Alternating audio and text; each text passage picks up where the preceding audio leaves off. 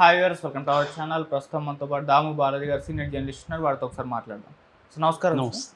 Sir, pastor Ajay అనే వ్యక్తి arrest అయ్యాడని, ఇలా కూడా కిడ్నాప్ అయ్యాడని చెప్పేసి ఇలా రకరకాల వార్తలు అతని గురించి నిన్నటి నుంచి కూడా వస్తున్నాయి సార్. మరి పాస్టర్ అజయ్ విషయంలో ఏం జరిగింది సార్?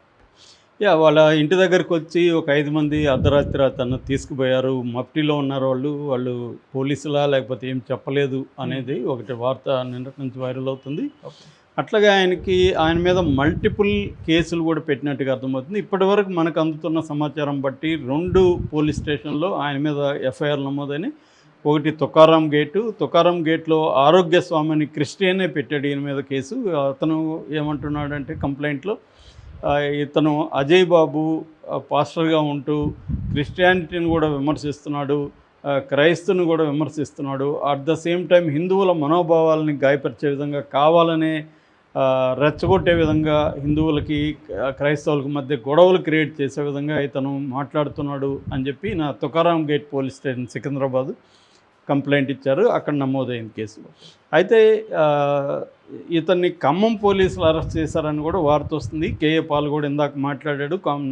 నేను అక్కడ కూడా పోలీసులకు ఫోన్ చేశాను, ఆయన ఆచూకీ ఇంతవరకు చెప్పట్లేదు, చెప్పకపోతే నేను వచ్చి ఖమ్మంలో ఆందోళనకు దిగుతానని కేఏ పాల్ కూడా హెచ్చరించారు. అతను ఒకవేళ అరెస్ట్ అయింటే అరెస్ట్ చూపించాలని, ఎందుకంటే కావాలనే సాటర్డే అరెస్ట్ చేస్తే సండే కోర్టు హాలిడే కాబట్టి అతన్ని ఇబ్బంది పెట్టచ్చని చేసినట్టుగా తెలుస్తుంది. అయితే ఇక్కడ ఉప్పల్ పోలీస్ స్టేషన్లో కూడా ఒక కంప్లైంట్ నమోదైంది. ఆ కంప్లైంట్ నేను చదివాను, ఎఫ్ఐఆర్ కూడా చదివాను. ఆ కంప్లైంట్ ఇచ్చింది ఎవరంటే హైందవ సంఘాల ఐక్య వేదిక, అంటే హిందూ జాయింట్ యాక్షన్ కమిటీ, హెచ్జాక్ అంటారు దాన్ని. హెచ్జాక్ అధ్యక్షుడు కట్టెగొమ్మల రవీందర్ రెడ్డి అనే వ్యక్తి ఇచ్చాడు. అతను ఏమని కంప్లైంట్ ఇచ్చాడంటే, ఇతను అజయ్ బాబు అనేక టీవీ ఛానల్స్లో హిందువుల మనోభావాలను గాయపరిచే విధంగా మాట్లాడుతున్నాడు. ముఖ్యంగా శ్రీరామచంద్రుడిని నేను పవిత్రంగా భావిస్తాను, రోజు పూజలు చేస్తాను, ఆయన్ని ఇతను చాలా ఘోరంగా మాట్లాడుతూ వీడియోలు పెడుతున్నాడు. ఇది నేను చూసి నా మనోభావాలు దెబ్బతిన్నాయి. ఇది హిందువులందరికీ కూడా డ్యామేజింగ్గా ఉంది. అందుకని ఇతన్ని బిఎన్ఎస్ 298, 299, 300 సెక్షన్ల కింద ఇతని మీద కేసు నమోదు చేయండి అని అతను డీటెయిల్గా రాశాడు, ఆ లెటర్ ప్యాడ్లోనే రాశాడు. దీన్ని వాళ్ళు పరిగణలోకి తీసుకొని ఉప్పల్ పోలీస్ స్టేషన్లో ఇతని మీద ఎఫ్ఐఆర్ నమోదు చేశారు. ఆ ఎఫ్ఐఆర్లో 2 సెక్షన్ల కింద ఇతని మీద కేసు నమోదు చేశారు. ఒకటి 299 బిఎన్ఎస్, భారతీయ న్యాయ సంహిత సెక్షన్ 299. సెక్షన్ 299 ఏం చెప్తుందంటే, deliberate and malicious actions that insults the beliefs of other religious beliefs. అంటే ఒక ప్లాన్డ్గా కావాలని ఇతర మతస్థుల నమ్మకాలని, విశ్వాసాలని అవమానం చేసే విధంగా ప్రవర్తిస్తే ఈ సెక్షన్ కింద 3 ఏళ్ళ వరకు జైలు శిక్ష పడుతుంది. ప్లస్ ఇది కాగ్నిజబుల్ అండ్ నాన్ బెయిలబుల్, అంటే అరెస్టు ఈజీగా చేసేయచ్చు, కోర్టు పర్మిషన్ అవసరం లేదు, అట్లాగే బెయిల్ కూడా అంత ఈజీగా రాదు. ఆ సెక్షన్ అన్నమాట ఇది. దీని కింద 3 ఏళ్ళ జైలు శిక్ష, తర్వాత ఫైన్, 2 పడతాయి. ఇది కాకుండా 66 సెక్షన్ 66 ఐటీ యాక్ట్ 2000, ఈ ఐటీ యాక్ట్ కింద కూడా ఈ కేసు పెట్టారు. ఐటీ యాక్ట్ ఏం చెప్తుందంటే, సోషల్ మీడియా దుర్వినియోగం చేసి సోషల్ మీడియాను ఉపయోగించుకొని వివిధ గ్రూపుల మధ్య వైషమ్యాలను పెంచే విధంగా చేయడాన్ని ఈ సెక్షన్ ఇది చేస్తుంది, ఐటీ సెక్షన్. ఈ 2 సెక్షన్ల కింద ఇతని మీద ఎఫ్ఐఆర్ నమోదు చేశారు. ఇతను మరి అరెస్టు చూపిస్తారా లేకపోతే కౌన్సిలింగ్ ఇచ్చి వదిలేస్తారా అనేది తెలియదు. ఎందుకంటే మామూలుగా ఇతని మీద వేరే చోట్ల కూడా, ఫర్ ఎగ్జాంపుల్ తూర్పుగోదావరి జిల్లా రాజానగరంలో కూడా ఇతని మీద కేసు పెట్టారు. అట్లాగే ఇప్పుడు ఏంటంటే, పాస్టర్ ప్రవీణ్ చనిపోయిన తర్వాత ముఖ్యంగా ప్రవీణ్ది హత్య అని చెప్తున్న వాళ్ళందరి మీద కేసులు పెడుతున్నారు.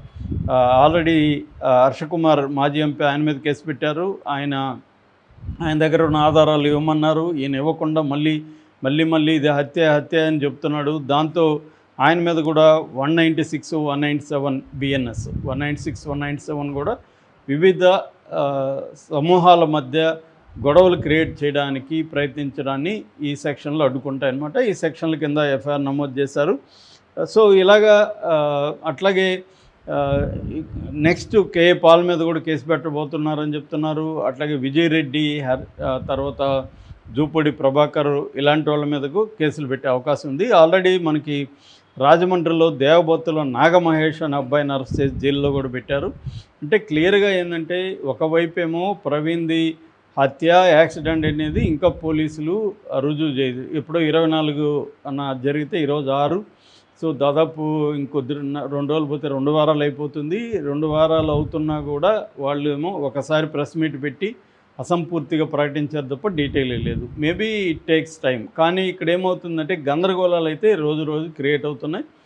ఇది హత్య అని చెప్పే వాళ్ళు సంఖ్య బాగా పెరుగుతుంది. దీని మీద అరెస్టులు చేయడం కంటే కూడా పోలీసులు క్లియర్ చేస్తే సరిపోతుంది. అది చేయకుండా ఒక పక్కేమో గవర్నమెంటే సీసీటీవీ ఫుటేజ్ని కొన్ని తెలుగుదేశాన్ని సపోర్ట్ చేసే ఛానల్కి ఇవ్వడం, గందరగోళం క్రియేట్ చేయడం ఒక పక్క జరుగుతుంది.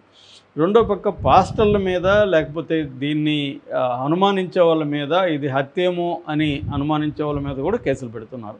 యాక్చువల్గానే పోలీసులు నమోదు చేయడమే అనుమానాస్పద మృతి. అనుమానాస్పద మృతి అంటేనే అర్థం ఏంటి? హత్య అయి ఉండొచ్చు, యాక్సిడెంట్ అయి ఉండొచ్చు.